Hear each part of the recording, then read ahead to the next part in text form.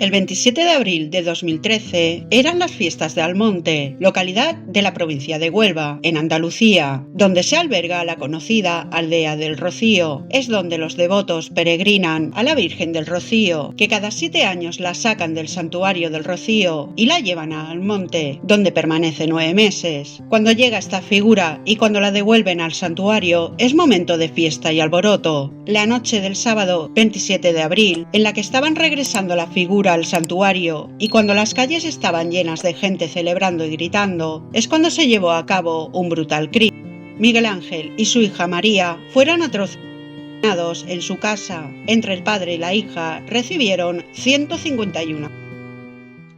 Antes de empezar, si os gusta este tipo de contenido y queréis saber hasta el último detalle, os invito a que os suscribáis al canal, activar la campanita en la opción de todas para que YouTube os notifique cuando suba un nuevo vídeo. Además, ahora tenéis habilitada la opción de miembros, donde podréis disfrutar de contenido exclusivo. El matrimonio entre Marianela Olmedo y Miguel Ángel Domínguez trabajaban juntos en el supermercado Mercadona de Almonte. Los dos tenían una buena relación con los demás compañeros, incluso tenían una cercana amistad con otra pareja que también trabajaba en el mismo supermercado, Francisco Javier Medina y su novia Raquel. De vez en cuando salían las dos parejas juntas. El roce llevó a una infidelidad y a una relación secreta.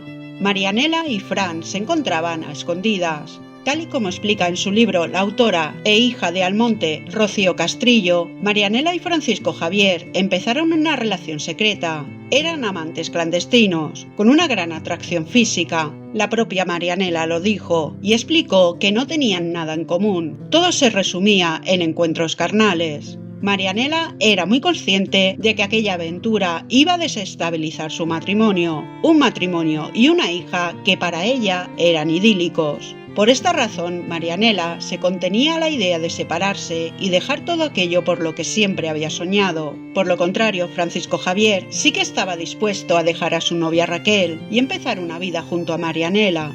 Miguel Ángel acabó enterándose de que Marianela se estaba viendo con un compañero de trabajo. A pesar de descubrir la infidelidad, no presionó a Marianela a separarse, por lo que el matrimonio junto a su hija siguieron viviendo juntos. Pese a que seguían viéndose y trabajando todos en el supermercado, lo único señalado que sucedió es que a Miguel Ángel y a Francisco los pusieron en distintos turnos para evitar situaciones incómodas. Francisco terminó rompiendo con su novia Raquel y esperaba que Marianela hiciera lo mismo con Miguel Ángel, manifestándole a Marianela que si no dejaba a su marido no volverían a tener ningún encuentro más. Según Marianela, no dejaba a su marido por su hija para que ésta no sufriera.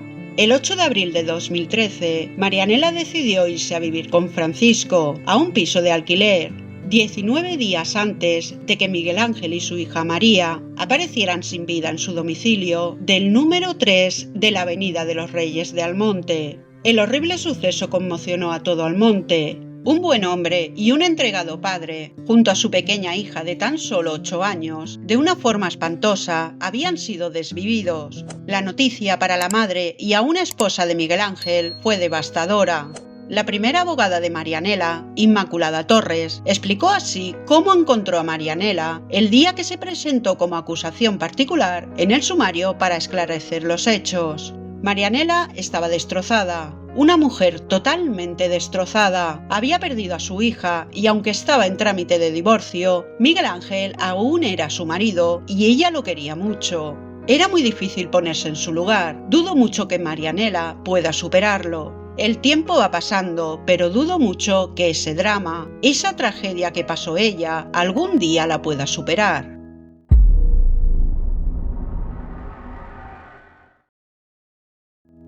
Según la Audiencia Provincial de Huelva, la noche del 27 de abril de 2013, poco antes de las 10 de la noche, Francisco Javier accedió a la vivienda en la que vivían la hija y el todavía marido de Marianela. Miguel Ángel, cuando salió del baño, fue sorprendido por el asaltante. En el pasillo, acometió contra Miguel Ángel, terminando en la habitación de matrimonio, causándole 47 lesiones. La pequeña María estaba en la habitación de matrimonio cuando el atacante, que portaba guantes y una capucha, acabó con su padre. La pequeña, en su intento de escapar, solo pudo llegar hasta la cocina, donde tomó un cuchillo y corrió a esconderse a su habitación, pero el asaltante fue hacia la pequeña y acabó con ella causándole 104 lesiones. La pequeña María apareció tapada con una manta. Según se dio a conocer en el auto judicial, al día siguiente de los hechos, el individuo volvió a la vivienda para asegurarse de que tanto el padre como la hija se encontraban sin vida. Y es en aquel momento cuando hizo una serie de marcas en la piel de María y la tapó con una manta. ¿Cómo entró el asaltante a la vivienda? Esta fue una de las primeras preguntas que se hicieron los investigadores, ya que la puerta de entrada no estaba forzada. Esto fue investigado también por la UCO, pero se sigue sin saber cómo lo hizo, aunque se cree que el individuo accedió con una copia de las llaves, o que se trataba de un conocido al que le abrieron la puerta. Esta última hipótesis es más loable, después de que los agentes tomaran declaración a unos vecinos. Estos vecinos declararon que escucharon una discusión entre dos hombres, y por lo que escucharon debían de conocerse, ya que uno de ellos le dijo al otro que qué hacía ahí, que se fuera de su casa y que estaba harto de él. También escucharon a una niña. Después oyeron como si los dos hombres se estuvieran peleando, golpes y gritos. El suceso duró unos 10 minutos, después ya no oyeron nada más.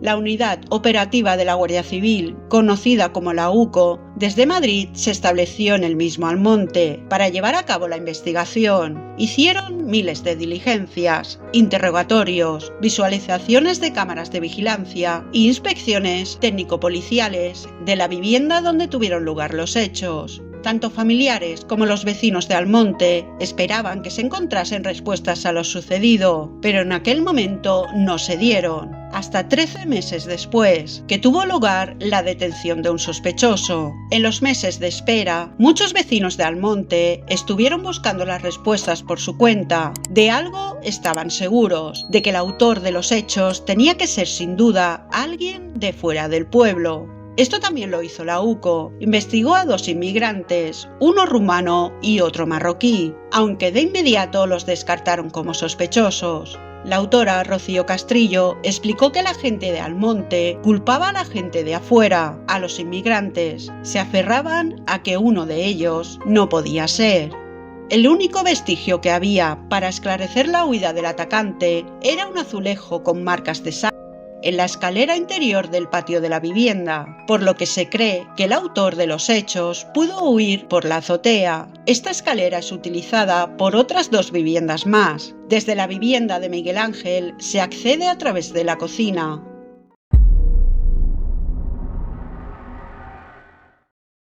Más de un año después de los hechos, la Guardia Civil tenía claro quién podía ser el culpable, y es que, después de cientos de análisis de la escena, hallaron ADN de una persona conocida por las víctimas, el ADN de Francisco Javier Medina, y el 24 de junio de 2014, Francisco Javier fue detenido. La noticia de la detención de Francisco fue un estruendo parecido al de los hechos para los vecinos de Almonte. Se preguntaban que cómo podía ser que fuera ese hombre, un hombre tan amable, que nunca había estado en ningún escándalo. Aunque hubo una parte del pueblo que después de que se levantara el secreto de sumario empezó a darse cuenta y asimilar de que Francisco podía ser el culpable. Juan Ángel Rivera Zarandieta, vecino de Almonte y abogado defensor de Francisco Javier, lo define como una persona muy devota a la Virgen del Rocío, aunque esto no es nada extraordinario, ya que prácticamente todos los vecinos de Almonte lo son. El arresto de Francisco Javier, vecino de Almonte, sacudió a todo el pueblo, aunque los efectos fueron aún más funestos para Marianela, la persona por la que había decidido separarse de su familia, el hombre por el que había apostado a tener una vida juntos, aquel que había estado durante más de un año consolándola. Estaba acusado y detenido por lo sucedido. La mujer no podía creer todo lo sucedido, el devastador suceso y posterior detención de su actual pareja. La Guardia Civil, después de cómo había sido la infidelidad y posterior separación del matrimonio, también había tenido a Marianela en su punto de mira, como instigadora, colaboradora y encubridora de los hechos. Finalmente, el único detenido fue Francisco Javier Medina.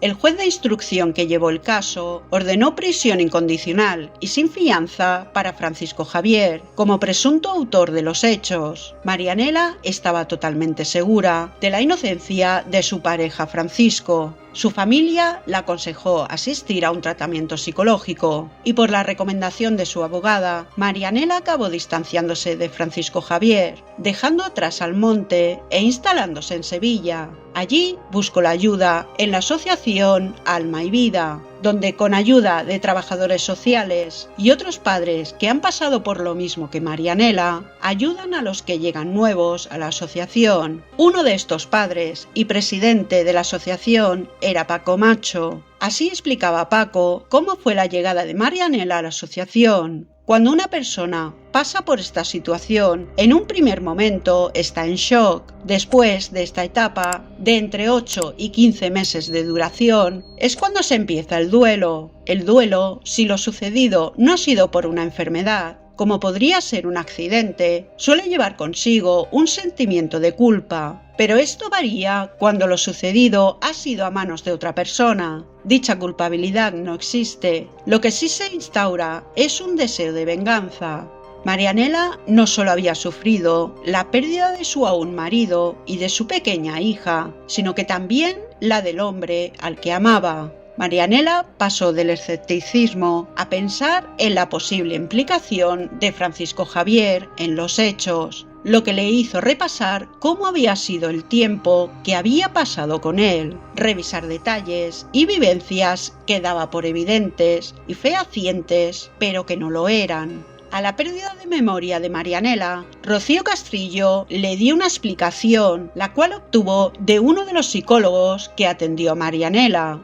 Cuando se produce una situación de esta magnitud, el cerebro nos quiere proteger del dolor, y al ser Francisco Javier el que la consuela, Marianela olvidó situaciones vividas con anterioridad. Según la propia Marianela, fueron situaciones de celos, humillaciones y peleas de antes de los hechos. Este cambio en Marianela también le hizo cambiar sus declaraciones ante la Guardia Civil. Inicialmente había declarado que a la salida del trabajo, la noche de los hechos, sí que vio a Francisco Javier. Después cambiaría la declaración, afirmando que lo anterior dicho no era así, resguardándose en que la costumbre le había hecho decir aquello, pero que en realidad no vio a Francisco Javier cuando salió del trabajo.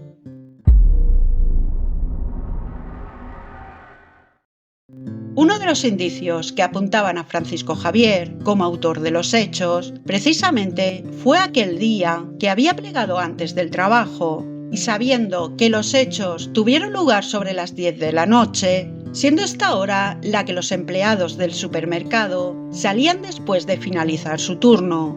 Hubo unos testigos, los cuales afirmaron haber visto a Francisco en la calle en horas que tendría que estar trabajando. Estos testigos siempre ratificaron sus testimonios, aunque hubo otros testigos que dijeron ver a Francisco trabajando en el supermercado y a la salida de su turno, pero estos terminaron cambiando sus testimonios en el momento del juicio y dijeron que Francisco no estuvo en el momento del cierre. Uno de estos testimonios fue Raquel, la exnovia de Francisco Javier. Habían pruebas que señalaban a Francisco como el autor de los hechos. Por estas mismas fue detenido. Existían restos de ADN de Francisco en 3 toallas de los 2 baños de la vivienda. Estos restos eran bastantes. ¿Por qué estaba allí su ADN si, según declaró Francisco, no había pisado la casa desde el año 2010? También las marcas dejadas por unos guantes. Estos eran idénticos a los que Francisco utilizaba trabajando, además del estudio de movimiento que se hizo de las pisadas que había en la vivienda. Este era compatible con la talla pequeña de pie que tenía Francisco.